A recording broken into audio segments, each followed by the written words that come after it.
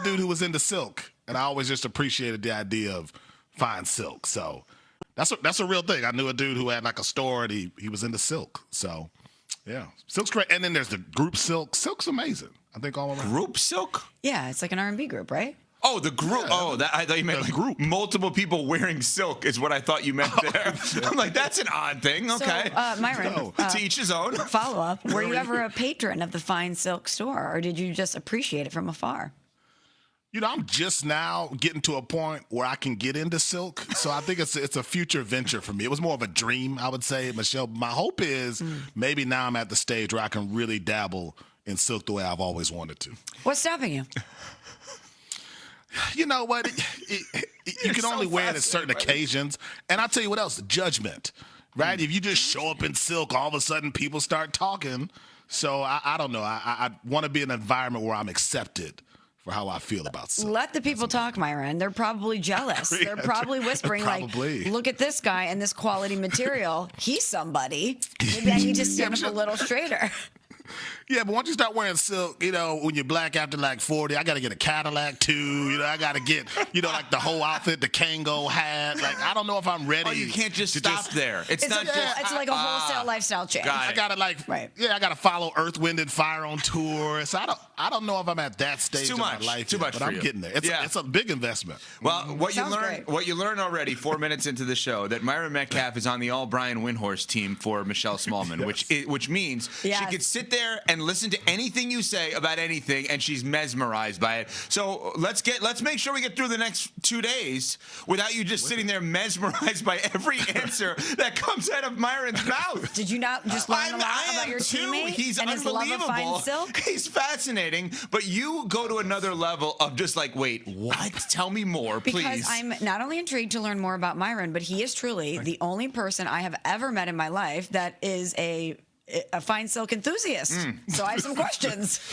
I appreciate it. I appreciate the support from Michelle. Evan, I don't know if I get as much from you. I don't support you. More. That's right. It's less support. No, I appreciate I'm anti-Myron. Get used to That's it, what I am with Myron. He doesn't support it. Yeah, that's right. 108-102 Knicks win last night. I was really impressed with this win by the Knicks last night. I was actually way more impressed with this win than I was with Game 1. And the Knicks destroyed the Sixers with Game 1. Why? Because of the back and forth nature of the game? Well, Embiid being out is like, okay, Sixers have nothing to lose kind of thing. Do the Knicks take them for granted? Like, oh, we'll be fine. Then Mitchell Robinson's out. Like, we're good to go. And the Knicks never acted that way. And I was just really impressed. Embiid out, which we'll get to in a second. But Brunson with 26 points, 6 assists. OG, who got hurt late in this game, potential hamstring injury, 24 points, 5 rebounds, 4 steals. Cat had 20 points, almost a triple-double. I thought the biggest shot of the game was Mikal Bridges late, up 4, under 3 minutes to go, 103-99. The play is like helter-skelter all over the place, and then he hits a shot to put them up 6.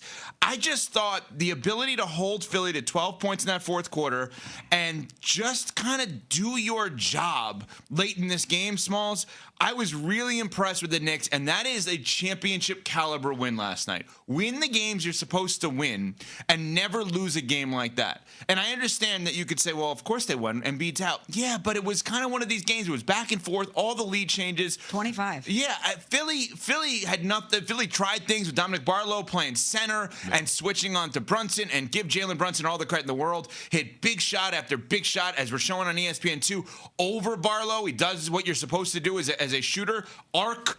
I just was really impressed with the Knicks last night, Smalls. I was really impressed with them as well. And you knew, or at least I expected, that you were going to get a different version of Philly after Game 1.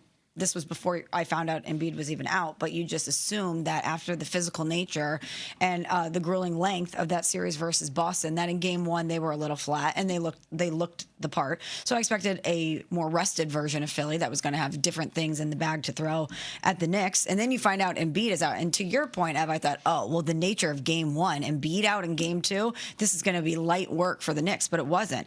25 lead changes in this game, the most in a playoff game in 11 years, 14 ties in this one. Neither team led by more than 7 points, and the Knicks had an answer. It was a fight, and they came out on top. It was a very impressive output for New York last night, Myron. Yeah, I mean, I think you look at Philly, it's the same Philly team that beat Boston in game 1. So, I mean, they played without Embiid a bunch.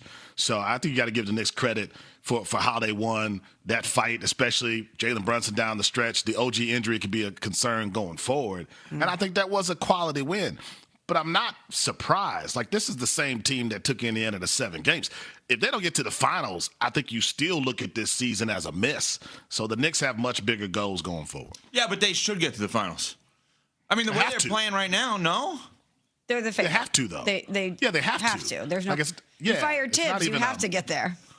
Yeah, Mike Brown fails this season if they don't get to the finals. Like, we can't talk about this team like they're some underdog. And I think that, to me, is my challenge with the narrative on the Knicks. Great wins, but this is what we expected from them. Now let's see if they can finish. Well, the OG injury plays a huge role in this. I don't think it plays a huge role in this series. I think they'll be fine in this series. I do not see Philadelphia coming back in this series personally, with or without OG Anunoby on the court. He got hurt with an apparent leg injury. OG, unfortunately, the nature of his career is when he's healthy, the guy's awesome. That's not a lot, unfortunately, in terms of the number of games he's missed over the course of his career. And OG Anunoby being out, and I've called him the best player on the team. He's been spectacular for them. My take has looked good in this series, in this postseason, I will say. Now, I understand that Brunson hits big shot after big shot. And I still don't understand why Philadelphia is not attacking him every single offensive possession. It makes no sense to me. But if OG is out for any period of time, could this series be lost? Are you already saying, Myron, for me, this series is over. OG's injury, I'm worried about him guarding Cade Cunningham or Donovan Mitchell if he needs to in the next round. Yeah, I don't think it's over. I mean, especially if you tell me Embiid's back. We saw his monster performances in the first series, but I do think the Knicks have an edge. I think OG is the guy that really completes the team.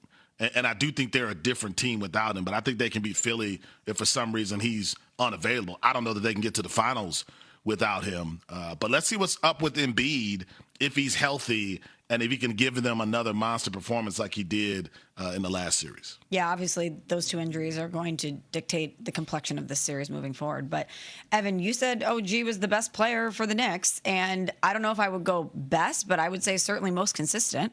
I would say certainly a catalyst for them in so many ways. Yeah. And, if he is going to miss some time, I still would pick the Knicks to win, not only because this series. Okay.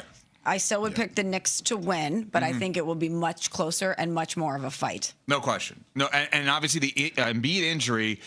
I texted our group chat the other night saying he looks like he's hurt. And I don't know that they made anything of it on the broadcast. I'm not knocking anybody. I'm saying it was like a weird thing because he always looks hurt, but his ankle and hip, and who knows if he plays in a Game 3 Friday. Mitchell Robinson also didn't play last night for the Knicks. Myron, you said you don't like this underdog narrative from Knicks fans as if they have some hurdle here because they are the a top seed. They were there last year, etc. So let's go to someone who is actually promoting that underdog narrative. Let's go live to Bristol, Connecticut, a.k.a. Vegas East, and Juan Nuno, a producer of this show. Do you still look at the Knicks as an underdog, and are you concerned now that OG could be banged up? So there's two different things, right? To your question is, I think yesterday was a huge win for them, a huge confidence win, because there was points in that game, especially when Maxey starts going off in that second quarter and Towns picks up his third foul. He is playing well and he picks up his third foul, and I'm like, that game could have gone away from them. Mm-hmm. It didn't. No. Even Jalen Brunson made a huge play late in that game, in that quarter. So that part of it and showing that toughness and that, hey, we can win almost at any style, especially if we're not hitting our threes. And then the other point is the OG. They will need OG for the rest of this playoffs. Maybe not necessarily in this game, this series, but either with the Cavs or the Pistons, and obviously if they're fortunate enough, through all the hurdles that they have to face as a spunky underdog to get to the finals. What'd you say? Spunky underdog, Myron. Spunky underdog.